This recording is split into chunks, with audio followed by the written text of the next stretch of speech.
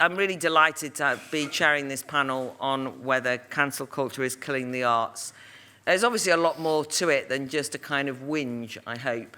And I think that the panelists can bring out some of the nuances on this conversation. But there's obviously an issue. I've just been chairing the keynote on the culture wars. And when you've got a culture wars, then actually culture, the arts, often becomes embroiled in it. And although it might not be the case that we have explicit censorship, we all know that there are threats to artistic freedom and artistic expression in this country that we want to explore. I think as well, we want to have some nuance in the conversation because, for example, I have been recently horrified by attempts at banning Russian art, for example, in light of the Ukraine war. I think that cultural boycotts can sometimes have an unintended consequence of demonizing art. So I don't think it's straightforward where we all stand on this, and do we want free speech? Come what may, does that mean that plays, as was recently the case, an artistic theatrical production, which actually seemed to be encouraging the very young children who would attend it to participate in adult sexual activity and was dragged into the whole transgender wars issue. But, you know, would I just say, oh, I don't care, I believe in artistic freedom, let it roll, right? So are there any lines? Where do they lie? What's happening in the arts world? This session is organised in partnership with a new organisation in the UK, not in the world, because it exists in other countries, which is the Common Sense Society. It's got a stall outside, is a new kid on the block, and we're lucky that we've got its new director, Emma, here. And so, in addition to her remarks on the art, she's also going to say a little bit about the Common Sense Society, so you can find out what that's all about. The format, for those of you who are new to the Battle of Ideas, is that each speaker's got between 5 and 6 minutes each. Emma will add in, as I say, a little extra on the Common Sense Society. I will then go straight out to the audience and we'll just open up what is going to be a public conversation. Don't feel frightened of challenging the speakers. If you disagree with them, if you think they're talking nonsense, say so. They're all grown up, they'll cope. Feel free to ask hesitant, unsure questions. It doesn't matter, you're not expected to have the answers. It can be that you're confused and you can see both sides of the story, in which case, feel free to say that. And as I said earlier today, the main thing is not to say, I find that offensive and storm off. If you find something offensive, explain why and argue a different point of view. So let's meet our panel. We've got Emma Webb here, who is the director of the Common Sense Society UK. She's the host of Newspeak. She's the co-founder of Save Our Statues. She is a regular contributor now to GB News, is a regular commentator on all things arts and culture, and I always find her opinions and her insights very interesting and always slightly against the grain of where I think. So she never lets me be lazy. It's good to have some insight in that way. So I'm delighted to have you, Emma. Then sitting next to me, we've got Winston Marshall, who is a musician. He was one of the founders of Mumford & Sons, and then he was cancelled. So the arts might not be the victim of cancel culture, but he was.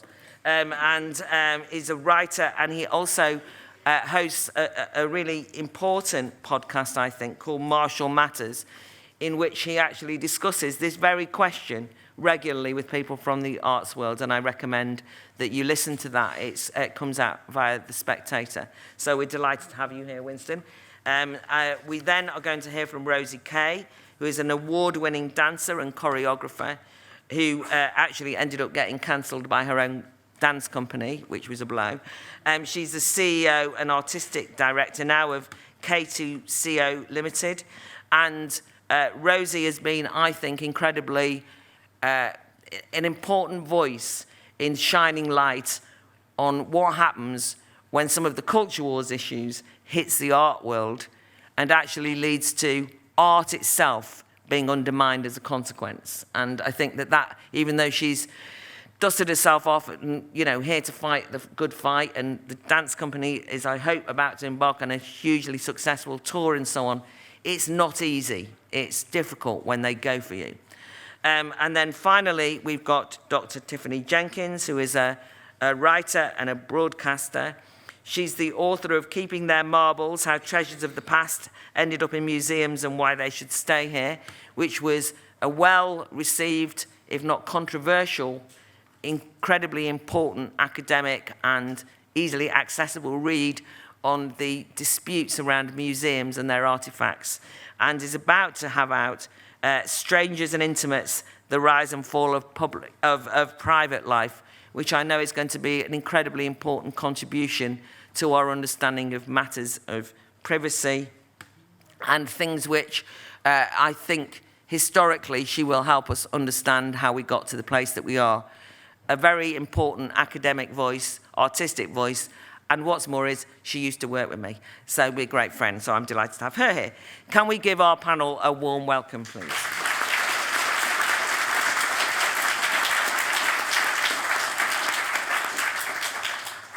Emma, will you kick us off, please?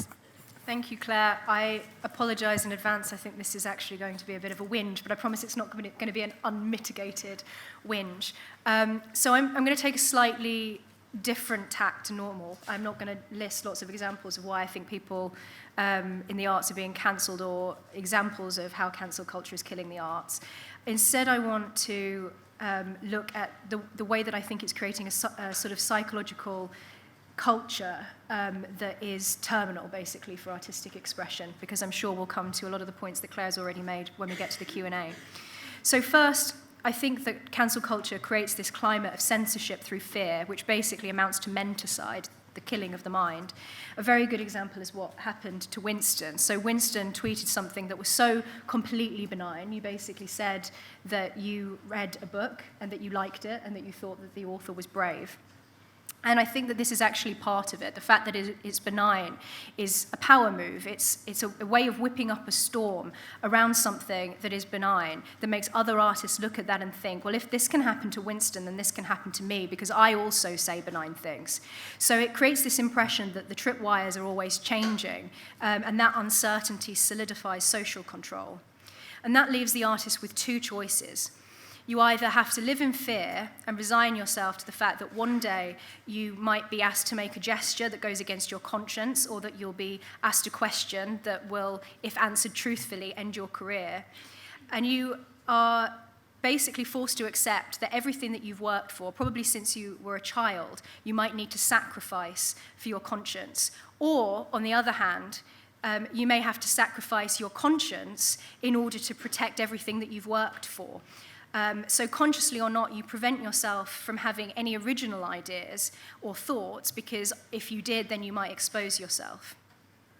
So whenever someone makes a public apology, especially if they recant later, usually on Twitter, this conflict always reminds me of the line from The End of the Crucible, where John Proctor, having already confessed that he's a witch, finds that confessing wasn't enough, basically, and he has to have that confession nailed to the church door as well. And so he tears up his confession, he explains why. He says, because it is my name, because I cannot have another in my life, because I lie and I sign myself to lies.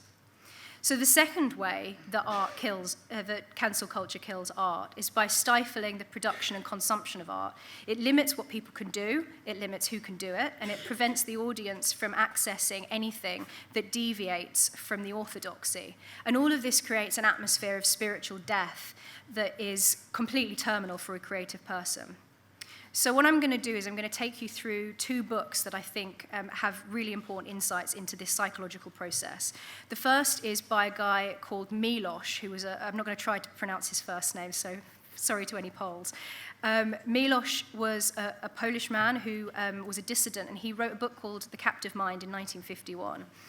And he goes into great detail about the psychological process that an artist has to go through in a totalitarian society and how he adapts. He talks about the necessity of submitting and the seduction of it, and he talks about the impossibility of creating art in that environment. And he talks specifically about the German poet Rilke, and I'll read you out the full quote. He says, "Contemplative poems such as his could never appear in a people's democracy, not only because it would be difficult to publish them, but because the writer's impulse to write them would be destroyed at its very root. The objective conditions for such poetry have disappeared, and the intellectual of whom I speak is not one who believes in writing for the bureau drawer. He curses and despairs over the censorship and demands of the publishing trusts." So Milosz describes what he sees as the frightening shadows of internal exiles, irreconcilable, non-participating.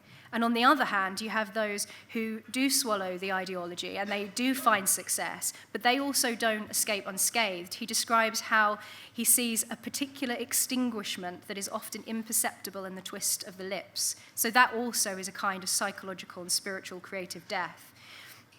And he recalls a conversation with a young Polish poet about how the creative process is frustrated. And I think this will sound very familiar to all of you, so I'll read it out. The poet says, "My own stream of thought has so many tributaries that I barely succeed in damming one off when a second, third, or fourth overflows. I get halfway through a phrase and I already submit it to Marxist criticism. I imagine what X or Y will say about it and I change the ending." And so the second book is one by a lady called Azar Nafisi, who wrote a book in 2003 called Reading Lolita in Tehran, and I would highly recommend it to everyone. Nafisi was a literature teacher in the Islamic Republic who set up a secret reading circle for female students to read forbidden literature. The reason she did this was because in the Islamic Republic, teaching was, to quote her, subservient to politics and subject to arbitrary rules. The reason that she did this, as I say, was because she basically felt that the life was being strangled out of the enjoyment of literature. And her comments, particularly on Nabokov's invitation to a beheading, are really important and tie into what Milosz was writing about. Nabokov's protagonist is sentenced to death for the crime of Gnostic turpitude. His crime is that citizens are supposed to be transparent, but he happens to be opaque. He's like the women in the reading group, or like free-thinking artists. Nafisi says, and this is a quote, "What Nabokov creates for us is not the actual physical pain and torture of a totalitarian regime, but the nightmarish quality of living in an environment of perpetual dread. Those of us living in the Islamic Republic of Iran grasped both the tragedy and absurdity of the cruelty to which we were subjected. This is one reason that art and literature became so essential to our lives. What Nabokov captured was the texture of living in a totalitarian society." So the point that I'm trying to make is that cancel culture is much more insidious than Graham Norton thinks it is. It's in the air, it's poisoned the well, the artistic well, it's poisoned creative activity. And Nafisi said that her class was, quote, "the color of her dreams." She said it entailed an active withdrawal from a reality that had turned hostile. So that leads me on to the Common Sense Society, because that's exactly what the Common Sense Society means to me. And it's what the Common Sense Society means to all of the people who have become a part of it over the years, as part of our international family in the Netherlands, in Hungary, in the United States, and soon in other countries as well as the United Kingdom. Whether they're artists, dissidents, writers, musicians, journalists, academic, or anyone else, we have become an active refuge. In every country where we have a presence, we want to keep the flame of civilization burning by protecting and helping to thrive the conditions that we believe are fundamental for human flourishing: liberty, prosperity, and beauty. So to finish on that note, our branch in the UK will be launching on the 20th of October. And if you'd like to sign up to our mailing list, we have an iPad outside where you can enter your details and we'll invite you to future events. And please come and have a chat to our international team. We've got people from the UK and from the United States as well. So thank you very much. Thank you.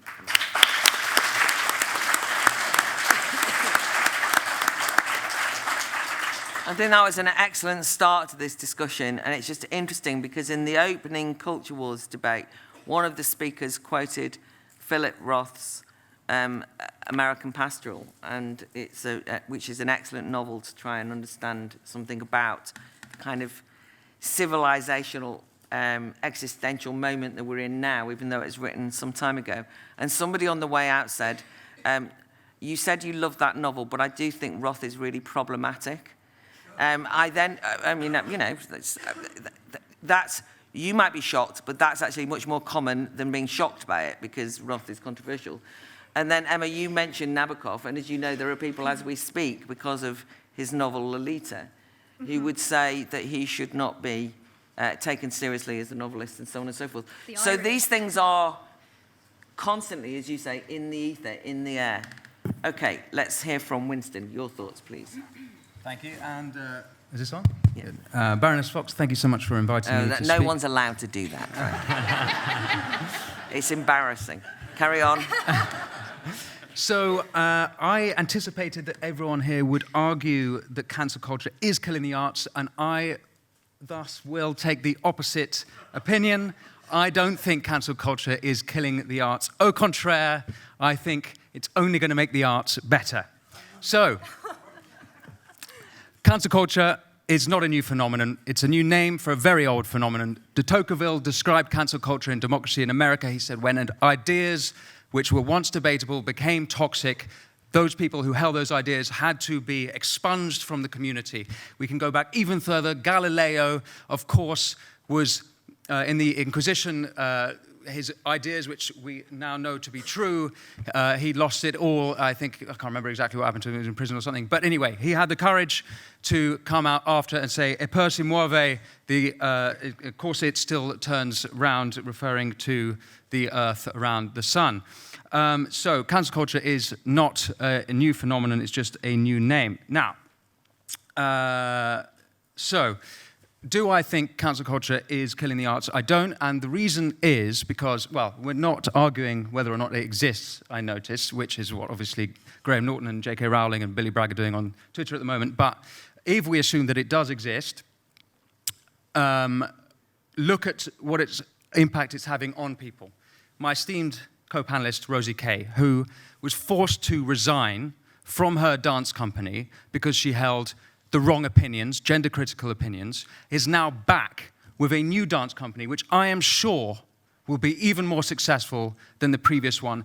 Then there's the case of Ariel Pink, the American musician who didn't attend the Capitol Hill storming on January 6th, but did attend the preceding Trump rally. He was dropped by text message from his record label, about 130 articles besmirching his name. He lost it all. But I have heard the music he's been making since, and it's even better, and it's been influenced by those experiences. Hemingway said of Dostoevsky, "Writers are forged in injustice as a sword is forged in a fire." Of course, there are caveats. Now, what's happened to Salman Rushdie in upstate New York, Chautauqua, because of his writing, and that is clearly a caveat, because it's almost literally killing him. But I would say, on whole, I think that a new generation of artists who have gone through this horrible experience will come out with some great art. Thank you.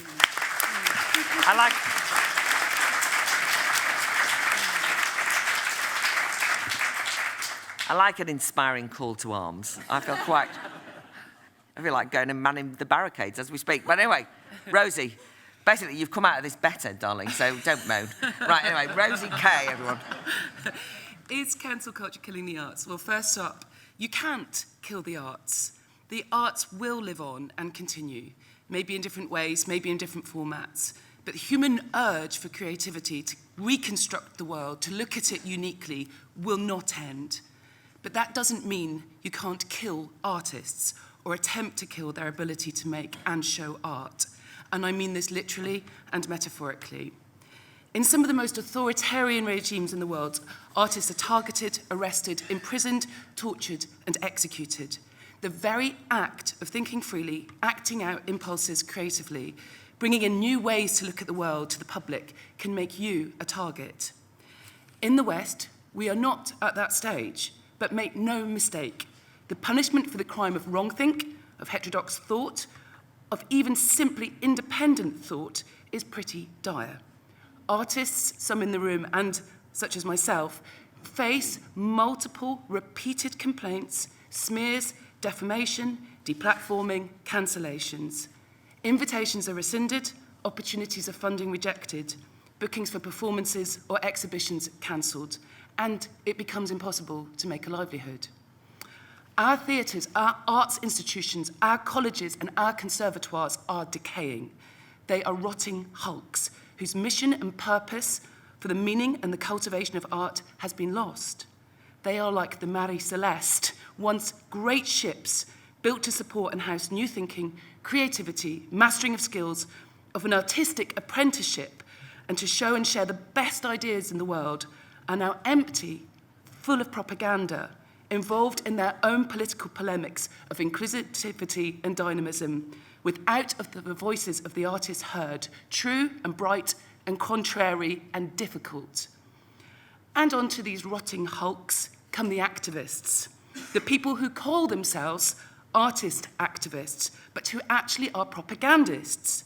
They seek to destroy, to shut down, to silence, or worse, to re-educate the poor, ignorant audience. But they have nothing to offer but groupthink. They have no originality of their identity, and they have spread like a mould, mushrooming across the country, polluting our theatres, our institutions, and our training academies. We have theatres seriously in peril right now, in danger of shutting down due to spiralling costs and lack of audiences returning. And what do they programme? Theatre programme production mostly ceased through COVID. There is a dearth of good shows. The funding system is currently favouring work that is measured not on artistic quality, but on its ability to deliver on diversity, inclusion, relevance, or environmental responsibility. No wonder audiences are not returning to these institutions. For me, the place of the arts is a place of honesty, of truth, of facing our deepest fears and our greatest joys. It's a place of discipline, hard work, ritual, routine, and learning from person to person, artist to artist, and master to apprentice. To this means I've written and sort of designed a charter of creation that anybody joining my company can voluntarily sign. And it kind of says something like, I believe in the joy and the beauty of dance, that we are here to look at the depth and height of human existence. We are free to think and to speak in the studio, free from being silenced, shut down, or cancelled. And that we listen and share our views, and we do not impose beliefs on others, but discuss and debate our work.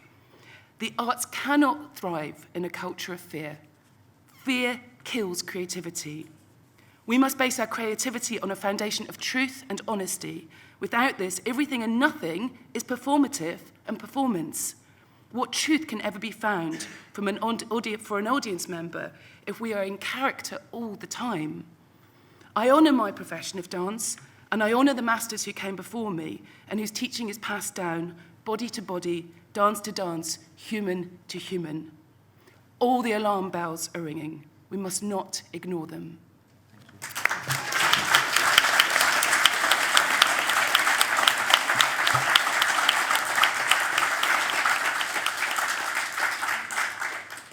A more sober call to arms, but I think indicates the seriousness of what we face and why this isn't, just a kind of woke versus anti-woke sort of swapping around of insults or anything, or just a whinge, as I caricatured it at the beginning.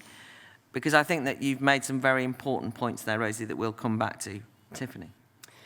25 years ago, you may remember that the Royal Academy held a show called Sensation. Mm-hmm. And it was a sensation. It hit the press. You had Damien Hirst's Pickle Shark. You had Tracy Emin's All the People That I've Ever Slept With. And you had that picture of Myra Hindley made with the handprints of children. It was controversial. It wasn't necessarily surprising, but it generated a ton of headlines. And so what I want to do is look at how we went from that to an instance where, for example, just to pick one, a couple of years ago, Manchester Museum took down from display a watercolour from the Victorian period of naked nymphs. You can just imagine what that picture was like. It's very nice, little beautiful naked nymphs frolicking around in a pool of water. And they did this to start a conversation, which you can read as end a conversation, around Me Too issues. And there was a massive public backlash, and it was reinstated. But this is not a new phenomenon of institutions basically compelling us how to think about these works if they leave them on the shelf at all. I want to look at where this has come from, because Winston is right. There are many moments where arts have been put to utilitarian purposes, where they have been used by political regimes. So what is new about today, and where did it come from? I think in its modern form, the first flashpoint around culture war issues around the arts was at the Met Museum in 1969. So 1969, height of the Civil War, civil rights movement, and institutions were trying in a way to become relevant. This was an institution that was 100 years old, and it organized an exhibition called Harlem on My Mind. It was an anthropological, social history of Harlem, and what it did not do, madly, is include any black artists from Harlem. So black people were treated almost as kind of anthropological. They were treated more on the basis of their identity than their achievements as artists. So I think what you have there is two kind of phenomena, and I think the relationship of those two phenomena has brought us to where we are today. One is what I would call the crisis of authority, crisis of purpose in institutions. It's very clear that institutions for some time have been very uncomfortable with their foundational mission of art, truth, beauty, dissemination, knowledge. And within those institutions, there's been a kind of war between those who want to try and find new sources of authority. And it comes and it goes back and forth. And at each stage of the war, those that are on the side, if you like, truth and beauty and dissemination of knowledge have taken a step further back.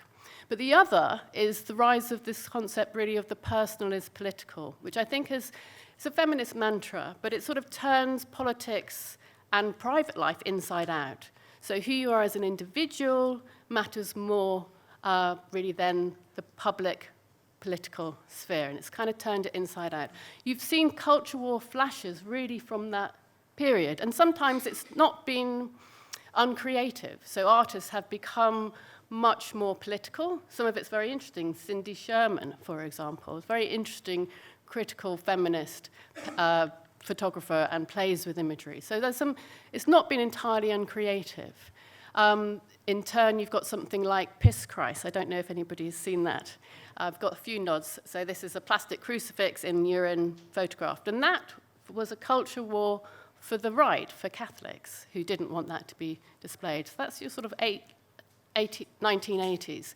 Come 1994, the Enola Gay, the airplane that dropped the bomb on Hiroshima, was displayed at the Smithsonian, and it had to be taken down. They had to change it because there was such a backlash. So you think the history wars are new, that's really when they took off in America. So where does that leave us today? How is it new? I certainly think that institutions have come to try and gain new legitimacy themselves by being on the front foot. And so what you have now is something like the Hogarth exhibition. I don't know if anybody saw this. A fantastic material, but I just have to read you one of the labels because it's utterly shocking. So it's a self-portrait of the artist at work. The chair in which the Hogarth sits, and this is what the label tells you, the audience, as you're walking around an exhibition that you've paid to go see because you want to see Hogarth. The chair in which he sits literally supports him and exemplifies his view on beauty, which we already know is probably a little bit suspect. The chair is made from timbers shipped from the colonies via routes which also shipped enslaved people. Routes which also shipped enslaved people. Could the chair also stand in for all those unnamed black and brown people, enabling the society that supports his vigorous creativity, i.e., he's complicit, and you are too, because you're looking at this painting. You can't even find a piece of abolitionist art and treat it as a piece of political propaganda. So the example I just want to leave you with on this section is Figures of Emancipation, Carpo Recast, which is an abolitionist sculpture. So made by an abolitionist and it's a sort of figure of a kneeling woman, an enslaved woman. It's an argument against slavery from the 19th century. Life-size bust. And so you may have thought that this was a piece of political propaganda with which you might agree, I, as abolitionists. But when it was displayed at the Met, the label text reads as follows. While the subjects resisting Poe's defiant expression and accompanying inscription have long been interpreted as conveying a powerful anti-slavery message, the bust also visualizes long-standing European fantasies about the possession of and domination over black people's bodies. So you can't even take as read a piece of political art. You will think this. Your eyes deceive you. Your thoughts deceive you. So is this killing the arts? I think in some very real ways, people's lives, like Winston's and Rosie's, are being altered profoundly, irrevocably. They can't choose not to sit out the culture wars. You cannot even be silent. And I think in two ways it's really insidious. One, the way in which our institutions, which have been crumbling for some time, but they have a responsibility. They have a responsibility to the art, to preserve it, to disseminate it, and to create a common culture. They have a responsibility to engage with it aesthetically. And they are reneging on that and turning instead into kind of vehicles of propaganda and instruction. But I think the most profound, and this is what I think is happening now, is what Emma talked about in terms of it's in the air. It's in the air. And I think you have to think about it, when you go as an artist or a member of the audience to an art gallery, it's a private encounter that you are having with a piece of work. Or when you're an artist, you go away in your garret and you spend a long time in a kind of private contemplation. And it's no longer permitted to be a private act. We aren't allowed private thoughts, or that's how it feels. And that's why it's the most insidious. So, you mentioned Salman Rushdie. As we, I think, all feel in this room, is that the impact of those 30 years since the fatwa was issued is that we have internalized it. We have internalized it. And that is death, because you cannot think. And that's why I'm afraid, although I didn't want to begin or end with a pessimistic note, I do think it's very serious. Okay, thank you very much.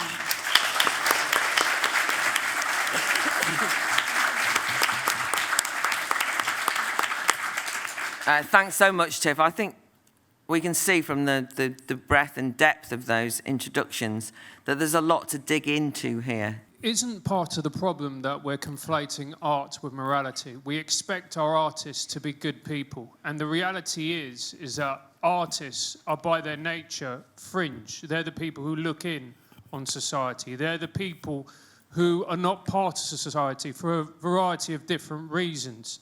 If you think about the Van Gogh, the Toulouse-Lautrecs, the people like that. And by being fringe, that is how they're able to reflect society so beautifully. Now, it seems to me that we're expecting not only people to be great artists, we also want them to be impeccable human beings. And I think that's an impossible situation because, as we all know, many of the greatest artists are were also terrible people. So how do we move forward where we expect artists to not only produce incredible works of art, but also be impeccable morally? To me, it's a situation that is doomed to failure. Thank you very much. That's Francis Foster from Trigonometry. I didn't realise so. You've got your own fan club in, Francis. Right, OK, Dave. I really liked Winston's provocation at the start. I really enjoyed that. I have disagreement with it, so I can see the point of having the provocation, but my disagreement actually is about, so de Tocqueville's talking about the tyranny of the majority. So it's the tyranny of majority opinion, and then that basically suppressing, free thinking, for want of a better word.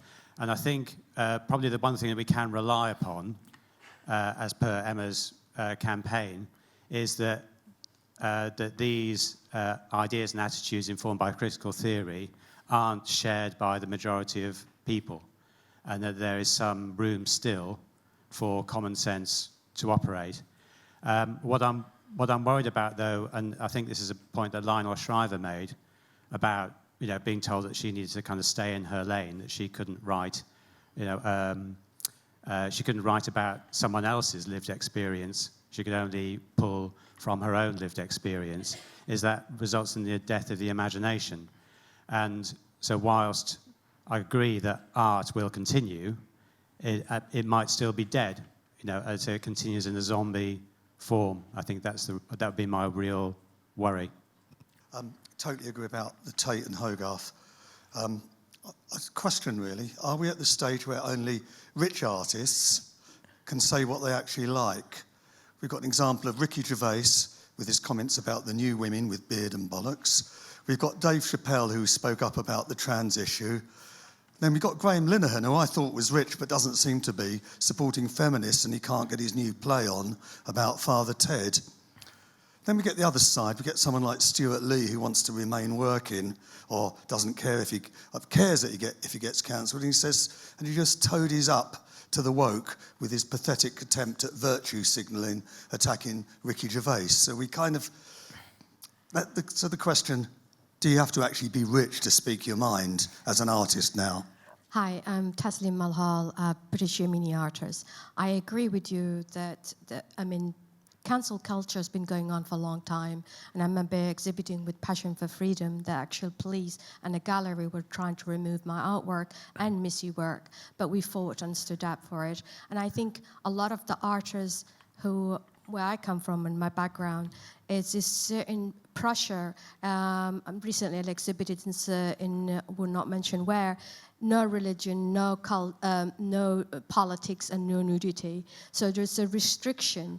And I think it's few organizations who are brave enough, like Passion for Freedom and other institutions, who actually can give the platform to artists who have their courage in a way to say how they reflect society and what their own personal experience. And I think it's very important that actually I urge a lot of artists. I got a death threat, and it gave me the courage, actually. I will say that, I assure you. And I agree with you, yes, my work became better and I had more confidence, but at the same time, there's a lot financial. It's the pressure to actually, can you sell your work? And you have the battle of, you gotta learn a living, but at the same time, you wanna have that freedom, true freedom. And I think it's very important. If we don't stand up now for artistic freedom, then we actually will be regretted for the rest of our life later on.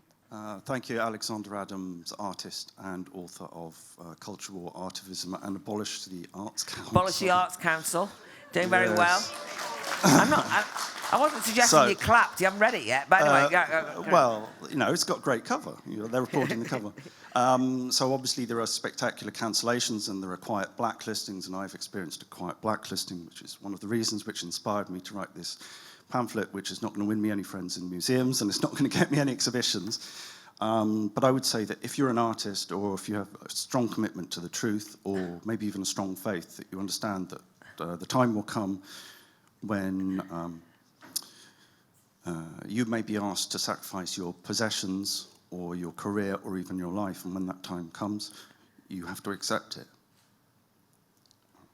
And just to say that if that point comes, then just remember that a hero dies once, but a coward dies every day. That was very moving, but I hope we don't get to that. But that's what it can sometimes feel like. Yeah. Yes. Great. Thank you, everyone. Some of the examples were around public institutions like the Tate. And some of this, it feels, stems from this very Philistine notion of sort of target-driven art from like New Labour. So that rather than art for its own sake, you have to kind of educate people in a very narrow sense, in a very sort of Victorian kind of way. And your example about the nymphs, there was an outcry about that. So in some senses, a lot of people, other than a very narrow group, don't like this kind of stuff. They'll vote with their feet. They won't pay for it. The Tate's often quite empty. So I guess my question is, it's not just a commercial enterprise art, obviously, but is there hope in sort of not just the masses, but general public not wanting to consume this rubbish? And that if you take away some aspects of subsidy, you'll kind of help to solve this. Thanks. I'm going to pick up on Francis's point and a few others in there. I just want to begin by saying that Passion for Freedom is an amazing organisation, and they actually have the courage to put on display art that nobody else really probably would even have the courage to go and see. So I take my hat off to you. So going back to what Francis said, I think that, and this is a point that Rosie touched on, that part of the artistic pursuit is honesty and truth. And I think that cancel culture is more than just censorship. It's also what Azar Nafizi, and this is not obviously an exact quote, but she talks about how people under totalitarian regimes are forced to live in the imagination of others, that you are imagined by someone else and you have to conform to that. And I think that cancel culture it comes from an ideological position that is fundamentally dishonest. This is also a point that Tiffany just made as well. And I think that is the thing that is in the air. That's the climate. And I think it requires courage. It requires people like Winston to actually make the choice to choose truth over lies. And Winston wrote a brilliant piece on this after getting cancelled in relation to the essay Live Not by Lies by Solzhenitsyn. So I think that at the very, very core of this is the pursuit of truth. And I think all of those things tie into each other, and it's something that actually most of those questions just touched on. And I think that part of battling against it is honesty. It's about pushing back against the dishonest and false ideology that is resulting in people getting cancelled. Thank you very much. Winston. Okay, I'm just going to storm through a few answers to a few of the things. Okay, so just for the record, a couple of people have said I've been cancelled. I quit over free speech issues, just for the record. But, so Francis and this gentleman in the front row, I think there's a link between your two questions, and that is about the philosophy behind the cancelling, which I think isn't a we. I think it's specifically a progressive philosophy. It's the philosophy of the goodie and the baddie. It neglects the idea, the Christian idea of that we are all fallen, that we are all capable of good and evil. As Solzhenitsyn said, the line between good and evil cuts through the center of every human heart, and that is something that's completely forgotten, and that is a problem. Then we had Graham Linehan came up. So Graham Linehan, actually, I spoke to him earlier this week, and he said, and this actually suits my opening argument, was that he has never in his life had so much to write about. Now, the problem with Graham, as a writer,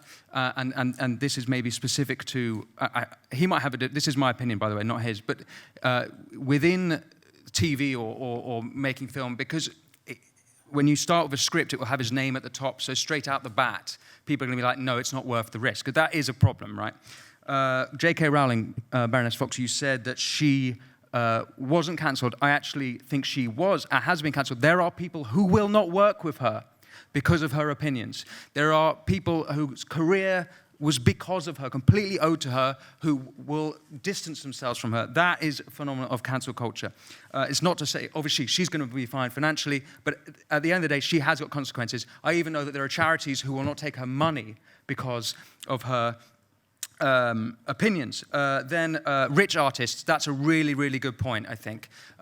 This gentleman brought up the rich artist thing. You're absolutely right. It's a privilege of the rich to be able to stand up to it. There are a lot of artists on the breadline. I've got a very good friend who works at the BBC. He's got a radio show, and he said, he's a comedian, and he cannot say his opinions because he just about affords his rent right now, and it's too big a risk. He just can't afford to make the comedy he really wants to make because he'll lose it all. So in that sense, the cancel culture does affect the art that's being made. Then, okay, last point, which is, I think, just more back to how the opening panel came, but there's a difference between cancel culture killing the arts and diversity and PC culture killing the arts. And I think that's an important semantic difference, and those are different phenomenon, although cancel culture, of course, is linked to them, but we can go into that if people want to. Okay, thank you very much. Rosie, anything you want to pick up? Just to say, yeah, the livelihood stuff is real, and it's painful, and it's really hard, and there's no two ways about that. And I've suffered personally, hugely, financially, enormously. in my profession, that there are a lot of gatekeepers. There are a lot of people that make the decisions. So there's always like barriers between you, the artist, and the public that you want to reach. And often it's these people in between that are running these institutions that are making these decisions. Some of them have a lot of fear. Some of them have said to me, I love your work, there's absolutely no question, it's absolutely brilliant, I'd love to program you, but I'm afraid of, and these have been examples, complaints from staff. I'm like, but you're a chief exec, you know, you get paid a chief exec salary. Why should you be bothered about the opinions of somebody in accounts or the cafe? What's going on there? Isn't this an institution for the arts? They're too worried about protests, they're too worried about complaints. So there is a lack of general backbone from these people that are paid for these institutions. But then it also goes up higher. We've actually got a culture of boards. I had a very cowardly board. And I don't think boards have been tested like this for many, many years. They've all been on some kind of strange training scheme, and they don't really understand what they're there to do, nor have really understood what an artist... Nobody's really thought about these things for quite a few years. I think they've got lazy. And also to say, you know, for me, the point of having to resign from my own company was because it was existential. I've made work about the military, the body and war, the body and religion. I've made a work about Britney Spears and CIA brainwashing, for God's sake. I see a cult when it comes along. I study it. I study cult behavior. I study the body and the mind and how it affects us. If they were asking me to not believe that a woman's body is a woman's body, then I could not continue. So, yeah.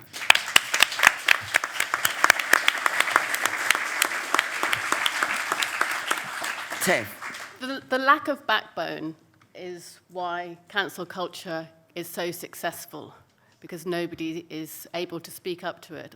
The adults in the room are not speaking up to it. And one of the reasons is because they're isolated and fragmented and frightened, but the other is that I think their core purpose, the fundamental kind of principles of truth, beauty, knowledge, are things that they are either ambivalent about, hateful towards, or unconfident in being able to defend. And so that's why I think it's essential that we understand that that's a driving force in this, and we try and understand and put the case for those fundamental principles. We won't get out of it unless we do that.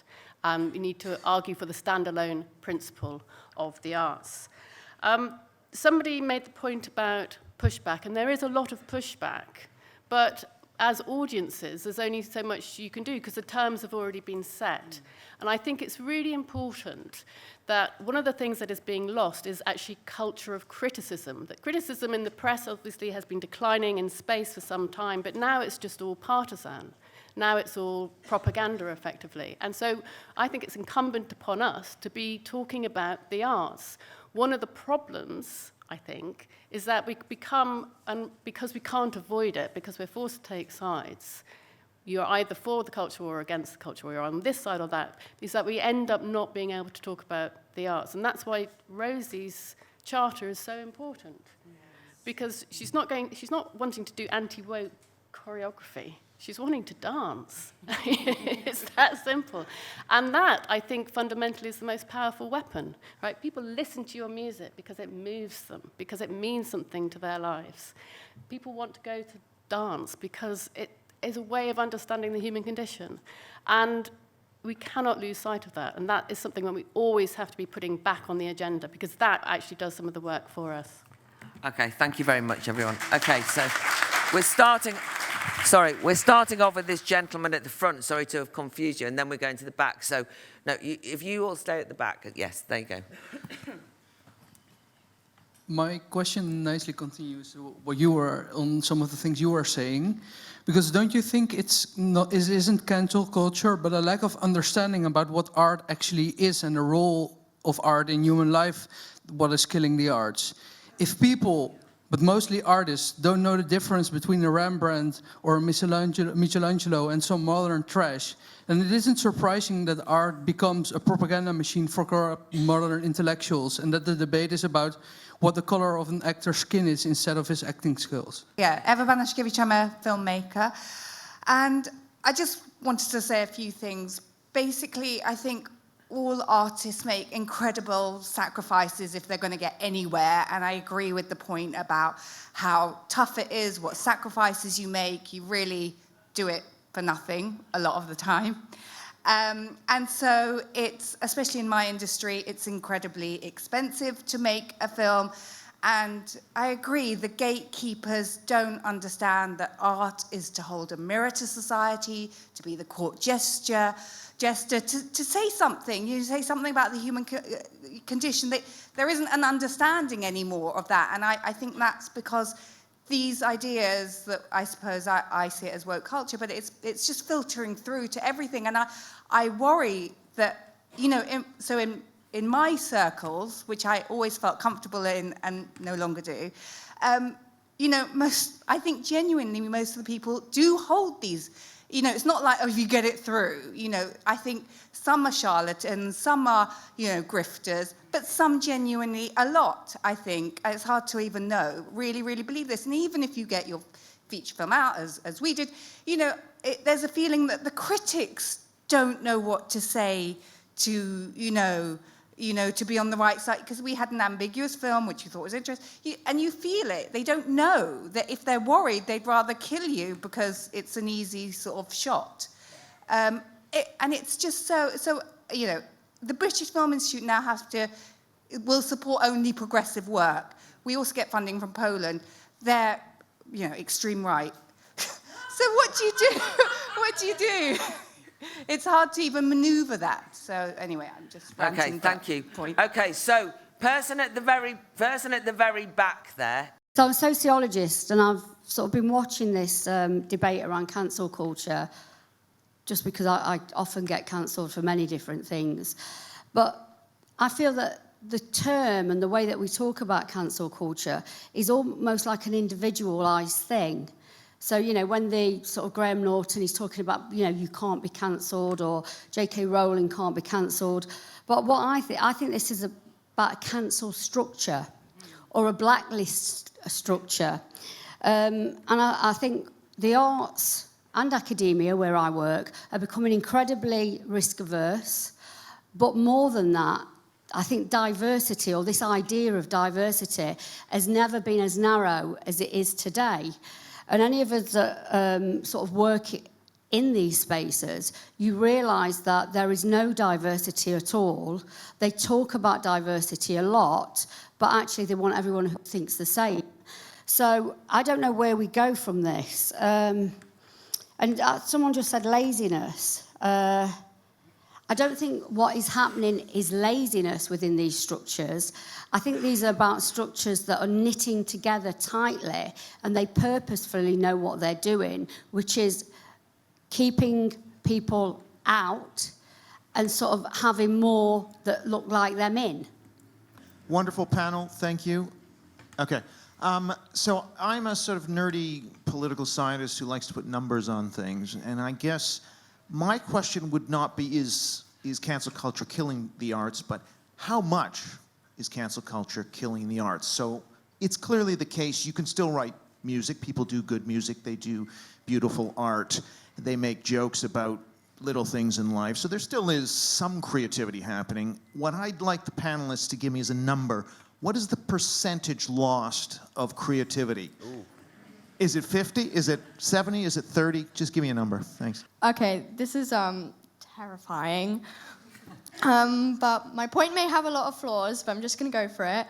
What I was going to say is that I think that art can be much more left-wing nowadays. It used to be for the rich, and that's why in the past, like during the Victorian era, we'd see a lot of rich art being produced by rich artists. But I think that we've seen a wave of it being taken back by the poor. And I think this could be killing the arts, because nowadays it's exhausting the ideologies of left-wing, and cancel culture is suppressing right-wing ideas, which is also making art unoriginal, you might say, because there's just a constant churn of left-wing art, and we aren't seeing a diverse community of art being produced. And so less people are seeing art because of this, because they're seeing the same things over and over again. Hello, I work in a drama conservatoire. I don't teach propaganda. I'm amazed that this panel can talk about censorship without mentioning this government. We are rotting from the inside. It's got nothing to do with what is being described as cancel culture. It's 20 years of marketisation of higher education and 12 years of constant underfunding and undermining of what we do. Talking about my degree, drama, as a low value, I think that's a direct quote from an educational minister, is despicable. Because I do not teach people how to get jobs. I teach them ways of thinking, ways of approaching, ways of inquiry. And one of the advantages, the one advantage of New Labour's expansion of higher education is more voices in the student body and actually in the academic body. Not as nearly as diverse as it should be, but it's more diverse. That's obviously going to be reflected in our teaching because students that have different educational life experiences will interpret art differently. A degree of subjectivity is inevitable. And we want those voices, and it's hard. It's really hard to manage those voices. It's not nearly as diverse or as polarized as people might think. I think the point made earlier there about more poor people making art is the problem. Really? That's the problem? That more poor people are making art and more rich people should make art? I think that's an extraordinary thing to say. And finally, let's make this point. I find it truly chilling that people in this room can cheer on the idea that we should abolish the Arts Council. Abolish the Arts Council is a good thing. That is despicable. It's a view. Right, so listen. There you go. Yeah, so this is where I have my tell us about punk rock granddad moment. I was a teenager in 1977, and I think it's very interesting that there were, someone mentioned the YBA's exhibition. In 97, there is a direct connection between punk in 77, the YBA's in 97, and I'd like to be positive about the future for the arts, and I think we should abolish the Arts Council, and I also think that if we had any responsibility, we would seize the collection of the Tate and take it into some sort of national ownership, because the current curators are not fit to have custody of that collection. However, I think if there's going to be a future, it maybe has to come from a punk movement. So this is one for the panel, where are the new punks? Because we're not going to find them in Central St Martin's and Goldsmiths. So I would just like to make the point that John Stuart Mill wrote The Subjection of Woman to start off the first wave of feminism. And I think that art, whether written or painting, is important and influential. And I think that artists should stop succumbing to the fear that they will be cancelled. And I think even if there is some financial consequences to that, I think that art should be recognised as something influential. And so people should stop succumbing to the fear of being cancelled, because I think that stops true opinion coming through. I just wanted to say a brief word about our experience of the Arts Council. We applied for a £10,000 grant to make a brief film celebrating the Platinum Jubilee of the Queen. It was to be talking about the history of gay men between the coronation and the Platinum Jubilee. Very nice. We got awarded the grant. It was announced on Twitter, and within 12 hours, that grant was cancelled. Now, in terms of my views on the Arts Council, all I can say is that, in principle, I think, as Churchill said, what's the point of having a war if you're not going to support the arts? I don't know the best way to support the arts, but I do know, because we've had the great good fortune of having whistleblowers from within the Arts Council who've reported to us that the Arts Council has a blacklist of organisations who they will not fund because they disagree with gender identity, orthodoxy, and other lunatic ideas. So just very briefly, I wanted to share our experience, but to say art is at the heart of our move for freedom for all LGBT people and the restoration of our culture. I know people in the Arts Council who say it's like World War III in there, right? Quietly. And that's the problem. There's institutional civil wars going on. So there are people who are senior in the Arts Council who would have wanted to have and gave you the grant. Just to use that as an example, it won't be the only one. And then there are other people who say, you can't do that. And then everyone's frightened of cancelling each other. So it doesn't really, rather than that, there's an argument about state funding of the arts and the Arts Council being politicised, but I think a more profound problem is that institutions are tearing each other apart over political decision-making to do with art that is leading to cancellation in consequence, whether we like it or not. So isn't that prior problem something that we need to at least everybody, whether you're pro or against the Arts Council, should be concerned with? I can't remember now. Oh, yes. If the panel were going to curate an exhibition that sounds highly controversial, like Myra Hindley portrait with child handprints, would they give it a trigger warning? And if they did, what would it say? I wanted to talk about my experience. I did an undergrad in theatre at the University of Chichester, and so it's a course basically designed to encourage new creative devisers, theatres, the new theatre creators.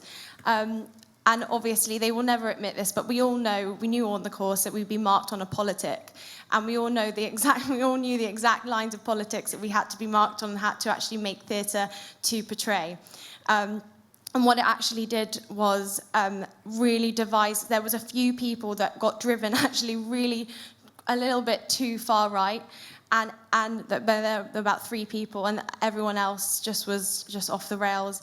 There was just no space for freedom, no space for genuine creative nuance or tension or intrigue, and it just to see that. Was horrific. To see my friends get pushed and pushed, it just built so much bitterness and resentment in them that they actually ended up getting more far right, and it was a really damaging, divisive thing. And they actually, my friend Ben got absolutely hounded on social media just for saying he wasn't going to vote Labour by the entire department, including the lecturers on our course. And it was he didn't want to leave the house for a week. He didn't want to go to uni because he knew the lecturers were leading it, and he was just completely hounded out of the space. Wasn't invited to any parties, anything, nothing. He just was, you know what I'm saying. But all of the people from my course are the people going into the Arts Council, and they get to choose who's funded. So it's all of those people that are going into the Arts Council who are already indoctrinated, and this system is destroying young creative minds. Okay, thank you. So stand up. There's that young lady there. Stand up, Stripes. Yeah, you. I'm slightly too intimidated to directly counter anybody here, but I think something we need to point out is that there is a clear distinguishment between cancelling someone because once they said something a couple of people disagreed with, which unfortunately is happening a lot here, but there's also a clear distinguishment between cancelling someone because they are directly promoting hate speech. They are being derogatory towards a type of people, and it's really horrible. So, to any extent, this is a question for the panel. To any extent, can cancel culture be a good thing if we stop giving people a hate platform that they have been given for their fame to talk about the problems that they hate? I would like to ask how and to what extent the increase of right-wing populism across the world affects cancel culture, directed to the panel. I am an artist, a visual artist. It's not my duty as an artist to tell you what to think. So there's no left and right wing as far as I'm concerned. It's rubbish. Secondly, there is a kind of the whole scenario of this cancel culture is fanatical and hysteria, and it's been driven by people further up the chain. It's not being driven by people at the bottom.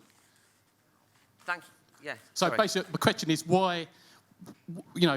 Why aren't they being questioned? And aren't because they're the only way to come back to them is to question them and actually put them under pressure. Thank you very much indeed. Panel, I'm going to take you in reverse order. So while you're just considering, I want to point out that art is neither left wing or right wing. Full stop. Really. Good art. Good art. Well, otherwise not art. I mean, it's propaganda. I'm just saying, and it doesn't matter whether it's produced, but I mean, I don't care what Wagner thought I was going to do when I listened to his music, but you know, I don't care what his politics were, because I have a very different attitude to politics than Wagner's, but he made some of the most sublime, brilliant music ever, and therefore I listen to it. And the same with novelists who might well be trying to influence me to think a certain way, but if they're fantastic novelists, I understand something different.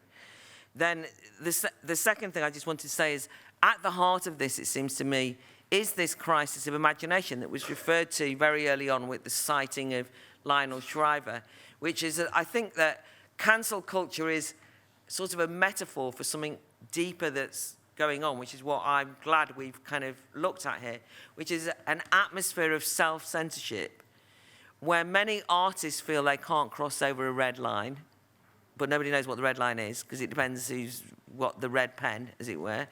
And you're kind of like looking over your shoulder all the time. And I think that that is inevitably going to create a less rich, imaginative, artistic outcomes. And despite everything, art will be impoverished as a consequence. And those of us who are not artists but want to engage with it will have less to engage with. And the great, profound works of art that we need in every generation will be few and far between in this climate. So, however, the person who raised the question, about saying, well, shouldn't we cancel hate? I think it's absolutely the question of the day that we should all explore. I actually would have an argument about what hate speech is, what it constitutes hate, but it's perfectly reasonable to say if somebody's got obnoxious, if they basically come out and say something absolutely obnoxious, that you might go, God, I don't want, what? Right? Let's at least, those of us who think that we're all very clear on the free speech thing, concede that there are probably things that we wouldn't like to go and see or hear or whatever, and at least understand that it's slightly more nuanced, or at least it's difficult, and that question was well made, and I understand that I might not agree with the way it was going, but it's actually the majority viewpoint in society and one we have to engage with. Okay, Tiffany, your final thoughts, please. There's a gentleman there who asked about the Tories, and you're absolutely right. Prevent, in particular, has a consequences of cancelling a number of shows, quite interesting theatre productions. The Tories, additionally, before New Labour came in, had instrumentalised the arts and asked them that they turn a profit or become much more commercial. Pressure and accountability is one thing, but there was a kind of real introduction of instrumentalism. Not that they have to sing a particular message, but they have to perform in an unartistic way. So that was deleterious and iniquitous and all the rest of it. And if you don't like the Arts Council, we need to, I think, reform it and also not rely on it. Would I issue a trigger warning? I think trigger warnings have become a shorthand, really, of not talking about the difficult emotions and feelings and questions that art often produces. In a way, they shut it down, and I don't think they can contain it, so I don't think they're actually effective in what they do. A recent example is I went to the Francis Bacon at the RA, which I did find really disturbing, but then he's a disturbing guy. And I'm not saying so therefore suck it up, but the trigger warning doesn't cover that. And I think one weird thing sort of has happened is that at the same time as there's been a vacating of judgment, and I don't just mean, is he a good or bad artist, but what's he dealing with? How does it make you feel? In a way, trigger warnings supplant that. So strangely enough, they don't help us deal with some of the very real difficulties that art can help us confront, if not solve. There's a question from, I think, Eric Kaufman about figures, good old stats guy in the audience. I mean, obviously, go to any discussion on the arts over the last 50 years and people will be lamenting it, right? It's not as good as it used to be and all the rest of it. I think a number of things do contribute to good quality work. It's not just that there's a kind of dampening effect from cancel culture. I think in a way, because we don't have a public culture and because it's more difficult to be on our own with our private thoughts, in a way, the sort of seeds that create both artwork, but also how we talk about it. How we talk about it does actually help us understand the work, and we've become less able at doing that. I do think some good work does come out. I actually think Sally Rooney's Normal People will stand the test of time, but also be of its time. And I think it'll both reveal a particular moment and a kind of universal kind of search for what the meaning of love and the impact of people are on each other. One more thing. Julian Barnes has written this wonderful book called The Noise of Time, where he looks at the experience of the composer Shostakovich, and he sits every night, Shostakovich, waiting to be taken away. He's waiting to be taken away, in some ways far more serious than what we face. And therefore, I think, you know, if Shostakovich can do it, then we can. Rosie, please do it.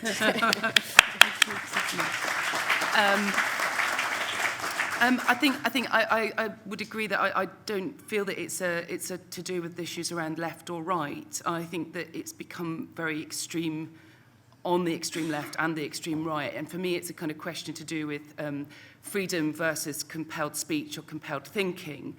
And the role of the artist is probably, like you said earlier, to be the outsider on this, and to sort of mock and challenge it, be the jester, but also be, you know, the doomsday, the Cassandra as well.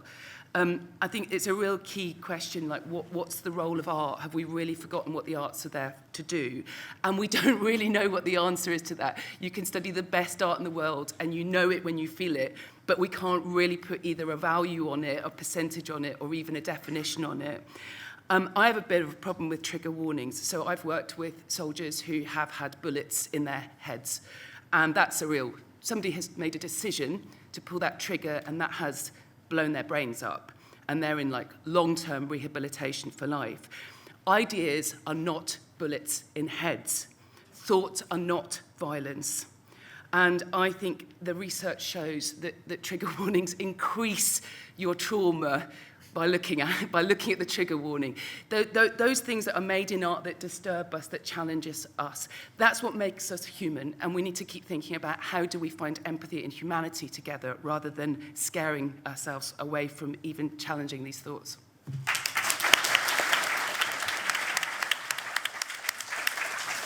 I'll just pick up on the gatekeepers. There's a question about film industry and gatekeepers, and I think this is specific to the film industry, but I think there's an equivalent in the music industry. So for me, I can still make music and am still making music. That's not a problem. I can get into the studio, I can write my songs, I can even do that at home. The problem I'll have is when it comes to the institutions, they're less like, let's say, a record label for me, they're less likely to want to risk big money on, let's say, me, because I'm potentially divisive for my opinions, and that can be applied, again, in the film industry. The institutions, the gatekeepers, which is a very select, small group of people at the top, are either going to be ideologically captured, or even if they're sympathetic, like to the opposing views to the progressives, they're not going to want to take the risk, either financially or perhaps socially, for people who have the wrong opinions, so to speak. So then what's the solution to that? Well, and this comes to this gentleman's point about the punks. The punks will be the people who build the new institutions, the new record labels, the new film production companies. They are the comedians who are taking to YouTube, like Francis Foster at the back, starting his own show. You have Louis C.K. just does it all on his own website. Rosie K. starting her own company. And so it's to building new institutions, and that is how you fight it. I think I'll leave it at that. Yeah. Thank you very much.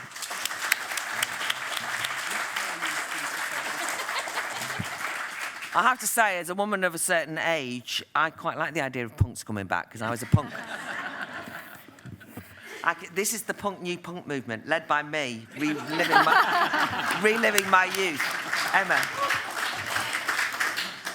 I will be as brief as possible. I think that from everything that everyone has said, including my fellow panelists, that it's quite clear that we're caught in a trap. And I want to come back on the points made by these two ladies near the front. I think, firstly, I want to defend the point that was made. I don't think anybody suggested that poor people shouldn't make art. I think that's a misrepresentation of what was said. But you did make a very important and interesting point, and I think that is that the situation that we are currently in is resulting in mediocre art, because that is the only art that can get anywhere. And that I think is the trap that we're in. I think, like I said in my opening remarks, I think it's a kind of psychological trap, as the lady said at the front here, about her experiences at university. And that is exactly what the Common Sense Society is for. So 2 of our values are liberty and beauty. And I think the crux of this is that ultimately you can't produce good art, you can't achieve true beauty unless you have the freedom to do so. And that is the problem that we're now facing. So Winston mentioned creating new institutions, and I think it is a very punk thing to do. I think that in many ways, the Common Sense Society in that respect is quite punk. We are producing and creating a platform for people to come together to provide the space for these things to become possible. Like I said in my opening remarks, to try and keep the candle burning of these things that allow people to flourish, and to help others in producing and creating the platforms to do that. And so as my closing remark, I would ask everybody, if you're interested in the Common Sense Society, please do sign up to our mailing list outside on the iPad. Jordan will be standing out there to take anyone's emails. Come and get a bag, a lapel pin. Keep in touch with what we're doing in the coming months and years, because that is our mission, to promote the values of liberty, prosperity, and beauty. And I truly do think that the combination of those things, they're mutually supportive. You have to have all 3 of them in order to have any of them. And I think that fundamentally is the way out of the trap that we're in. Thank you very much.